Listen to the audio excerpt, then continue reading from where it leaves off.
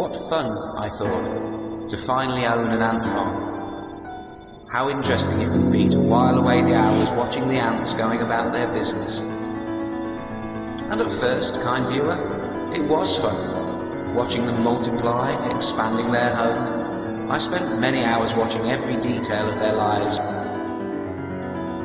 doing what they had to do to survive.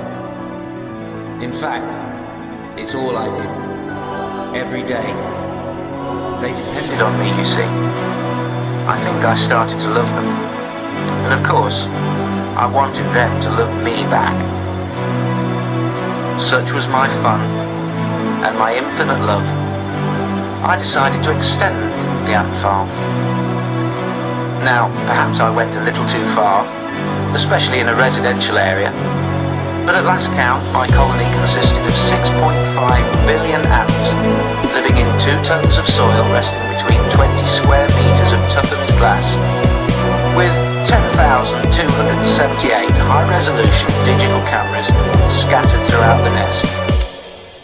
This time, I'd be able to see everything. As my hobby grew into obsession, I decided to actually take a close look at my beloved ants. I began to take an interest in individual ants, their habits, their behaviour, their lifestyles.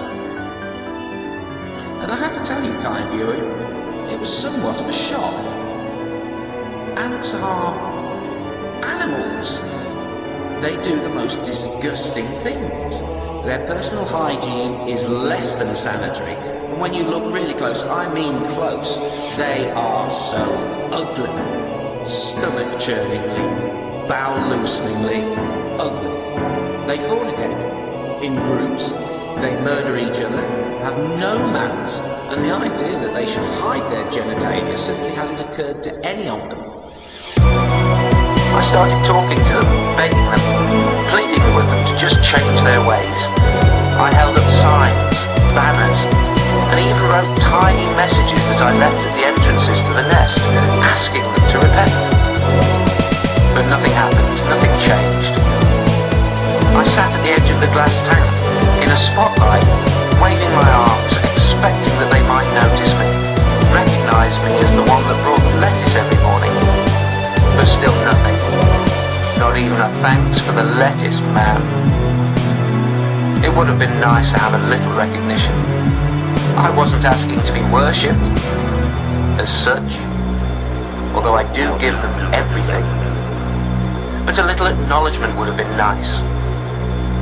But they could not see me. They could not hear me. They did not understand my words. And obviously this is entirely their fault.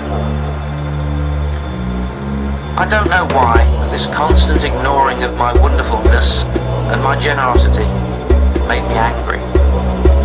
It just didn't seem right that I was the whole reason for their existence and their continuing existence, but I didn't get any of the credit. They had to see the big hand bringing down the lettuce from the sky every morning. They had to sense my presence, surely.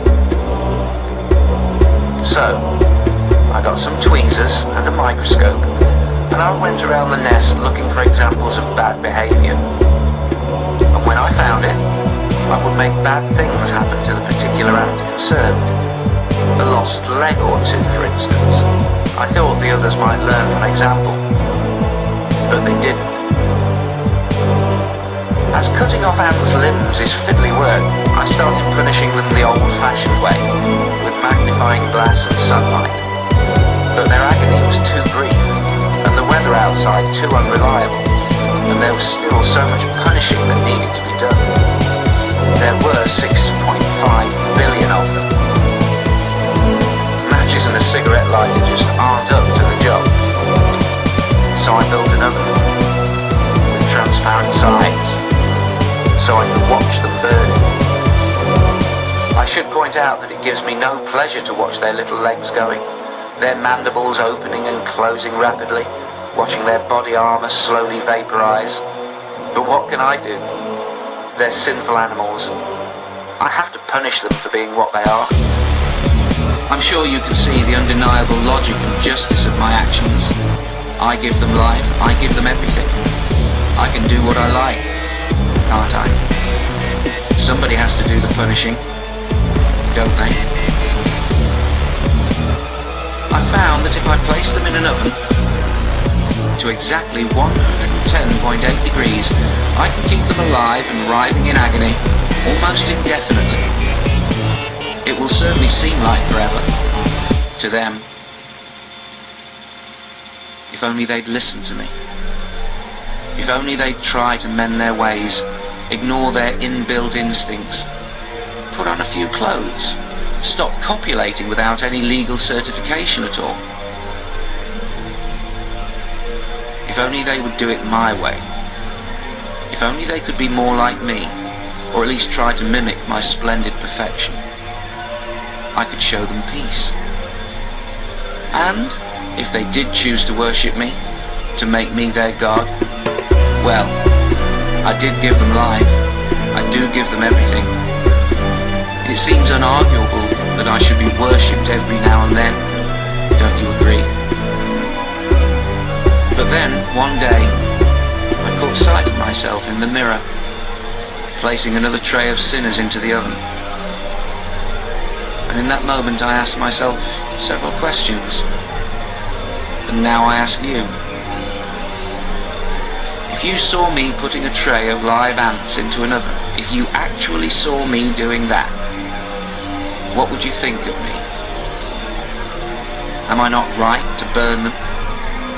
Am I wrong to expect their gratitude? Am I not worthy of their worship? Is my behavior not totally rational, totally justified? Am I not sane?